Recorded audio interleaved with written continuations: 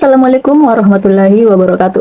Perkenalkan, nama saya Fatmawati, NIM 062, Program Studi Bimbingan Konseling, Mata Kuliah Konseling Pendekatan Agama oleh Ibu Dosen Pengembu Nur Asrianti Jabir SAG MPD. Definisi, metode dan teknik bimbingan konseling pendekatan agama. Metode didefinisikan sebagai cara teratur yang digunakan untuk melaksanakan suatu pekerjaan agar tercapai sesuai dengan yang dikehendaki. Sedangkan teknik itu merujuk pada pengetahuan dan kepandaian kita dalam melakukan sesuatu, baik itu yang bersifat industri maupun bersifat spiritual. Salah satu ahli menjelaskannya bahwasanya metode bimbingan pendekatan ini berfungsi sebagai jalan atau sistem yang digunakan oleh seorang konselor dalam menanamkan nilai-nilai agama atau nilai-nilai imam dalam jiwa seorang konseli. Jadi pendekatan ini hadir sebagai penggunaan nilai-nilai spiritual sebagai sarana utama untuk membantu individu mengatasi berbagai masalah kehidupan, baik itu yang bersifat sosial, pribadi, maupun spiritual. Jadi BKI ini bertujuan itu membuat individu kembali menyadari keberadaannya sebagai hamba Allah, yang dimana BKI ini sendiri ilmunya langsung berasal dari Al-Quran dan As-Sunnah, yang menjelaskan bahwasanya BKI memberikan dukungan agar seseorang bisa hidup damai sesuai aturan Allah Subhanahu wa taala, meraih kehidupan yang bahagia dunia dan akhirat. Yang mana cara tersebut harus mengenai kolbu atau hati, akal serta nafsu. Terima kasih. Assalamualaikum warahmatullahi wabarakatuh. Perkenalkan, saya Putri Febrianti Ramadhani dengan NIM 92486201175.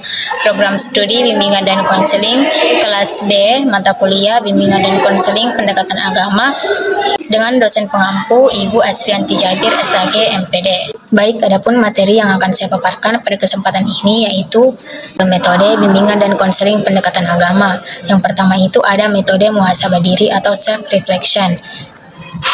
Metode muhasabah adalah metode introspeksi diri ataupun evaluasi diri, di mana konseli diajak untuk merenungkan perilaku, kesalahan maupun pengalaman hidupnya agar kedepannya dapat berubah menjadi lebih baik.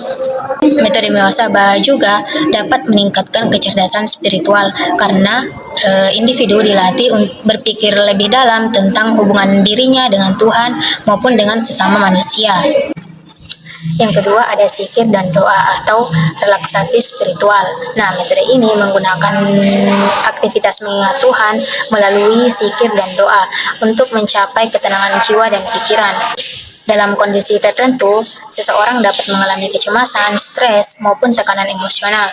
Melalui zikir dan doa, seseorang dapat memperoleh rasa aman dan nyaman secara psikologis. Yang ketiga ada metode ibrah atau taking lesson. Nah, metode ini menggunakan cerita teladan, cerita keagamaan, maupun pengalaman seseorang sebagai media pembelajaran bagi konseli. Melalui metode ini, konseli dapat mengambil hikmah maupun pelajaran dari pengalaman orang lain, serta menumbuhkan motivasi untuk menjadi pribadi yang lebih baik. Assalamualaikum warahmatullahi wabarakatuh.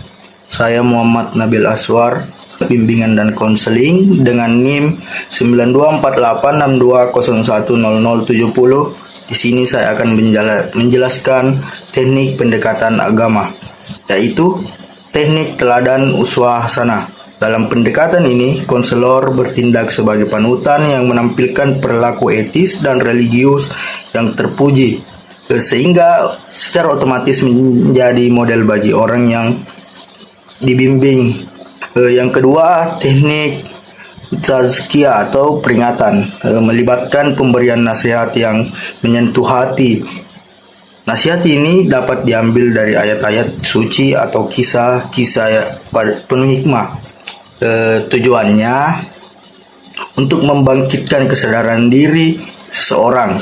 Yang ketiga ada teknik doa dan zikir, digunakan sebagai cara melepaskan emosi dan memperkuat mental.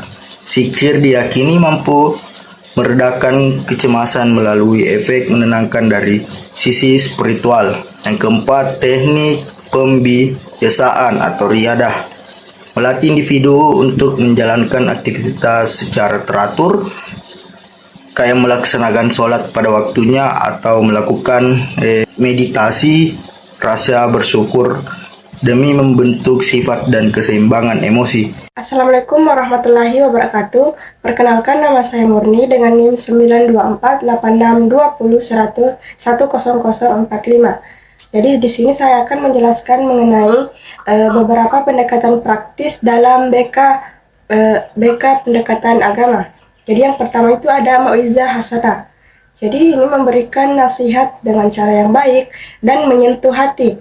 Contoh, ada siswa yang terlambat. Jadi kita sebagai guru BK jangan langsung memarahi atau memaki-maki siswa kita, akan tetapi kita memberikan nasihat dengan cara yang baik dan yang sopan supaya siswa ini tidak merasa dipermalukan atau diserang. Yang kedua itu keteladanan. Jadi kita memberikan contoh perilaku yang baik yang bisa memotivasi siswa kita. Contoh, kita sebagai guru BK menyuruh siswa untuk datang tepat waktu. Jadi kita sebagai guru BK itu memberikan contoh yang baik dengan datang juga tepat waktu ke sekolah. Yang ketiga itu dialog atau diskusi. Jadi ini kita mengajak siswa untuk diskusi secara terbuka. Nah, kita sama-sama mencari solusi atas sebuah permasalahan atau konflik yang sedang terjadi. Dan yang terakhir itu pembiasaan. Jadi kita melakukan pembiasaan yang baik terus-menerus seperti berkata jujur, sopan, dan lain-lainnya. Assalamualaikum warahmatullahi wabarakatuh. Perkenalkan, nama saya Nur Febianti dengan NIM 053, Prodi Bimbingan Konseling, kelas B, mata kuliah Pendekatan Agama, dosen pengampu Ibu Asrianti Jabir, SAG, MPD. Materi yang saya bawakan yaitu instrumen kebijaksanaan Islam. Yang pertama itu tabayun atau klarifikasi dan validasi data. Teknik ini adalah langkah pertama untuk memperoleh informasi atau data yang jelas tentang keadaan pribadi dan ciri-ciri klien. Proses tabayun sangat penting bagi konselor untuk mencegah kesalahpahaman atau kekeliruan dalam menentukan tindakan atau perawatan yang akan diberikan kepada klien. Yang kedua itu ada al-hikmah atau wawasan kebijaksanaan. Konselor memakai cara ini untuk memberikan pengetahuan ilmiah atau informasi penting mengenai potensi yang dimiliki klien. Isi yang diberikan itu meliputi dasar-dasar pendidikan Islam, ide pekerjaan, hingga makna tujuan hidup.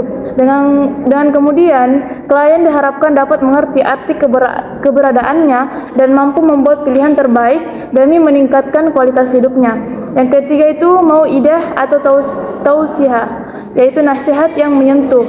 Pendekatan ini berpusat pada pemberian nasihat kepada klien dengan mengambil contoh, kisah, dan ajaran para nabi, sahabat mereka, dan para ulama. Tujuannya adalah agar klien memperoleh kejelasan dalam pikiran dan perasaan mereka. Hasilnya, mereka dapat mengatasi tantangan dengan kepercayaan kepada Tuhan, rasa syukur, dan keyakinan. Adapun yang keempat atau yang terakhir yaitu mujadalah, dialog dan diskusi interaktif.